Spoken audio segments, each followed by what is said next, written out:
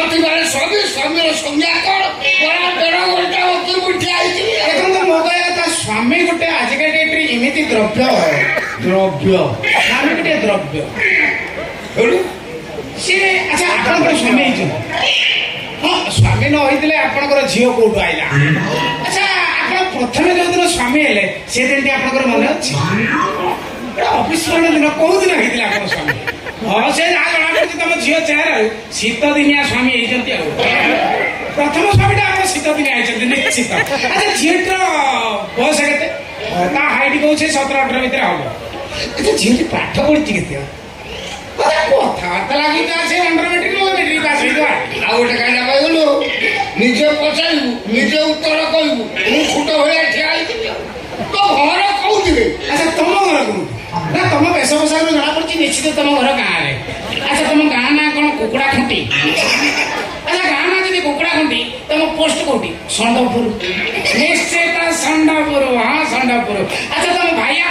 ପିଟା ପିଟି ନା ତୁ ପାଟି ବନ୍ଦ କଲୁ ବୋଲେ ତୋ ବୋପା ବାହାଘର ଦେଖେଇ। ଦେଖନ୍ତୁ ବାହାଘର ଆଜିକା ଡେଟ୍ରେ ବିଭିନ୍ନ ଭେରାଇଟିରେ ଆସୁଛି। ଆପଣଙ୍କର ଲଭ୍ ମ୍ୟାରେଜ ଆସୁଛି, ଆରେଞ୍ଜ ମ୍ୟାରେଜ ଆସୁଛି, ନେଇକି ପଳା ଆସୁଛି। ସବୁଠୁ ତିନିଟା ବାହାଘର ଭିତରେ ନେଇକି ପଳାଟା ସବୁଠୁ ଟେଷ୍ଟି ବାହାଘର। ଆପଣ ନେଇକି ପଳେଇ ଯିବେ ଦିନଟା ଅଲଗା ପ୍ରକାର ହେଇଯିବ। ଆପଣଙ୍କର ଫାଇନାଲ ମାଡ଼ ଦରକାର। ଦେଖନ୍ତୁ ମାଡ଼ ଉପରେ ଅନେକ ଆଗରୁ ସ୍ପିଚ୍ ଦେଇସାରିଛି ଆଉ ସ୍ପିଚ୍ ଦବାର ନାହିଁ। ତୋର ଦବା ଦରକାର ମୁଁ ଦଉଛି ତୁ ଖା। ତମେ ଦବ? ତମେ କଣ କେନ୍ଦ୍ର ସରକାର ନା ରାଜ୍ୟ ସରକାର? ତମେ କଣ ସରକାର ଦେବେ?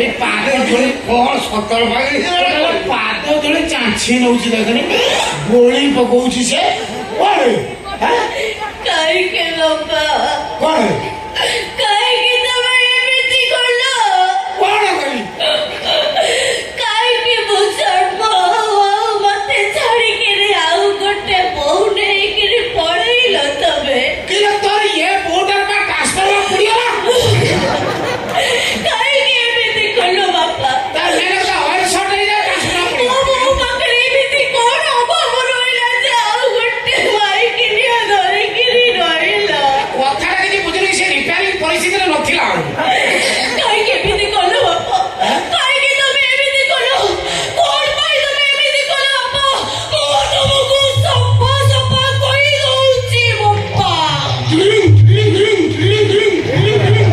ତମ ପସନ୍ଦ ବର ମୋର ପସନ୍ଦ ନୁହେଁ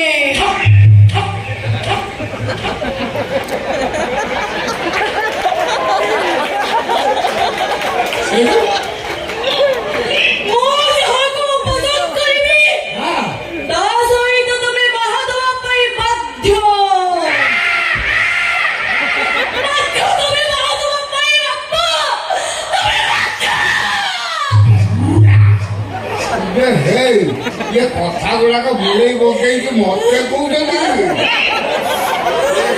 ମୁଁ ବୋକା ବୁଝିପାରୁନି ଏକ ମଝିରେ କିଏ ଏଠି ରହିବା ଉଚିତ ନୁହେଁ କଣ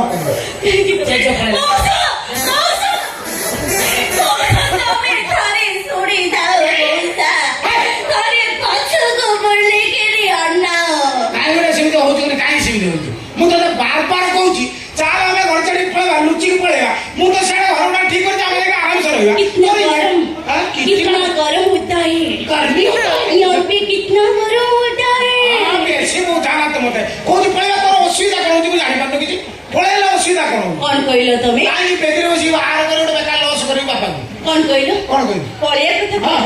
अरे बाबा मो भले सुंदरी टकी को टोका संगे जीव ए कथा तमे भाबुछ केमिति ନା ନା ସୁନ୍ଦରୀ କଣ ଯାଆନ୍ତି କେବଳ ବାନ୍ଧିରି ଏଟା ଯାଆନ୍ତି ନା କେବଳ ବାନ୍ଧିରି ଟକେଇ ଟୋକାଙ୍କ ସାଙ୍ଗରେ ପଳାନ୍ତି ଛୋଟି ପଳାନ୍ତି କାଣି ପଳାନ୍ତି ଏଇ ସବୁ ପଳାନ୍ତି ସୁନ୍ଦରୀ କଣ ଯାଆନ୍ତି एई तमे देखिबो କଣ ଦେଖିବି मो कौन देखिबो माने ହଁ କଣ ଦେଖିବି ମୁଁ କହିଲି ଦେଖିବ हाँ। ମୋ ବାପା ତମ ସହିତ ମତେ ନିଶ୍ଚୟ ବାହା ଦେବେ ସେ ଦିନକୁ ତମେ ଟିକେ କାଠେଇ ଯାଅ ଆପଣ କାଠେ କାଠେ ଟୋଟାଲ କାଠେ ଗଲେ ଛତୁ ଫୁଟିଲାଣି ଆପଣ ସେ ଛତୁ ନେଇକି ବିକିବେ ନା ଆମ ମାର୍କେଟରେ କଣ କହୁଛୁ କଣ ଏଇ ରୋମାଣ୍ଟିକ ମୋଡ ଆସିଲା ତମେ ଜାଣିଛ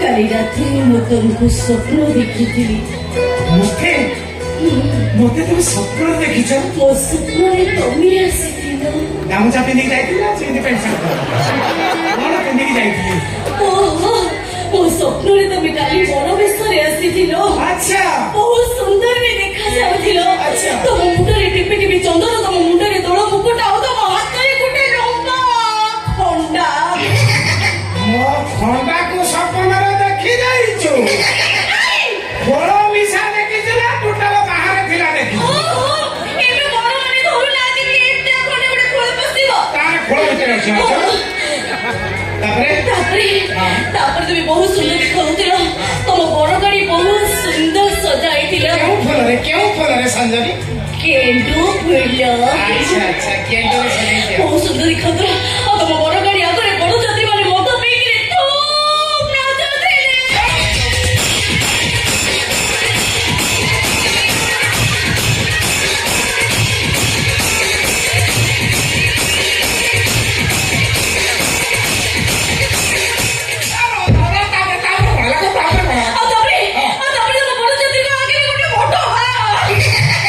ବରଯାତ୍ରୀଙ୍କର ଘଟ ବା କଣ କଣ ଘଟ ବାଣ ହଁ ବାଣ ଘଟ ବା ତାପରେ তুমি বড় হয়ে আসিল ଆମ ଘରକୁ ତାପରେ ଆମର ବାହାଘର ହେଲା ତାପରେ ତାପରେ ମେନ୍ ପଏଣ୍ଟକୁ ପଳେଇ ଯା ତାପରେ ଆସିଲା ବିଦାୟ ସିନ୍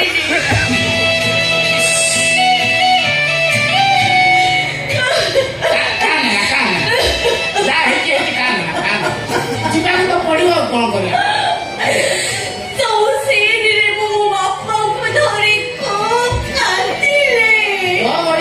କାନ୍ଦିଥିବ ମୋର ହଉନି। ତୁ ଯିବା ପାଇଁ ହାଉଳି ଦଉଛୁ କାନ୍ଦିବୁ କାହିଁକି? ମୁଁ ବହୁତ କାନ୍ଦିଲି ମୋ ବାପା କହିଲେ ଝିଅ ଜନ୍ମ ପୁରା ପର ଘରକୁ ଖୁସିରେ ଯା। ତାପରେ ମତେ ଟେକିକି ଆଣି ତମ ଗାଡିରେ ବସେଇଲେ ମୋର କିନ୍ତୁ ଦାନ୍ତ ପାଟି ପଡି ଯାଇଥିଲା। ଆଜିକାଲି ଝିଅଙ୍କର ଦାନ୍ତ ପାଟି ପଡୁଛି ଏଟା ବେକାର କଥା। ଏଟା ଖାଲି ଗୋଟେ ସାମାଜିକ ଦୃଷ୍ଟିରୁ ଗୋଟେ ସମାଜ ଦୃଷ୍ଟିରୁ ପ୍ରେଷ୍ଟିଜ ପାଇଁ ଏମିତି କରିଦେଉଛନ୍ତି। ଏମିତି କରିଦେଇ ରହିଯିବେ ଦାନ୍ତ ପଡିଛି ନା ଫାନ୍ତ ପଡୁଛି ଗୋଟିଏ କଣ୍ଡ ଭଳିଆ ଠିକ ଖୋଲି ଯାଉଛନ୍ତି। ତାପରେ ମୁଁ ତମ ଘରକୁ ଗଲି। ତମ ମା ମତେ ଦୁଆର ମୁହଁରେ ଅଟକେଇ ଦେଇ କହିଲେ ମା ନ ସେଇଠି ଢାଳ ଥୁଆଇଛି ଗୋଟେ ଗୋଇଠା ପକେଇ ଘରକୁ ଆଉ ତାପରେ ମୁଁ ଘରକୁ ଗଲି।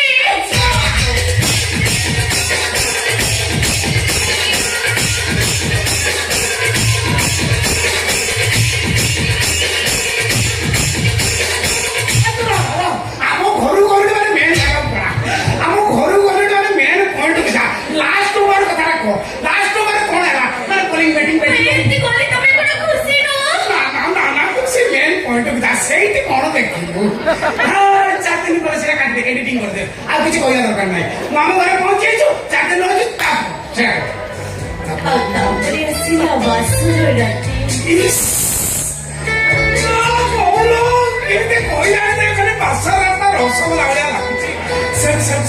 ଯୋଉ ରାତିରେ ମୁଁ ତମକୁ ଦୀର୍ଘ ଦିନ ଧରି ଅପେକ୍ଷା କରିକି ବସିଥାଏ ତମ ଫେରିବା ବାଟକୁ। ମୁଁ କଣ ଦୁବାଇ ପଳେଇଥିଲି? ଫେରିବା ବାଟକୁ ଅପେକ୍ଷା କରିଛି। ଝିଅମାନେ ଅପେକ୍ଷା କରନ୍ତି ଏ କଥା କଣ ତମେ ଜାଣିନ? ତାପରେ କୋଉ ଦିନ ତମେ ଆସିବ ମୋ ନାରୀ ଜୀବନର ସାର୍ଥକ କରିବ। ଆଚ୍ଛା ସେଦିନ ଆସିଯାଇଛି ଧନ। ହଁ ସେଦିନ ଆସିଥିବ ଗ୍ରୋମର ୟୁରିଆ ପଟା ସବୁ ଧରିକି ଆସିଥିବି ସାର୍ଥକ କରିଦେଇଥିବି ଆଉ ସବୁ ତାପରେ ତମେ ଆସିଲ କବାଟ ବି ଖୋଲିଲ। ମୋ ଛାତି ଭିତରେ ବିଜୁଳି ପୋଡ଼ି ଦେଇ ଯାଉଥାଏ।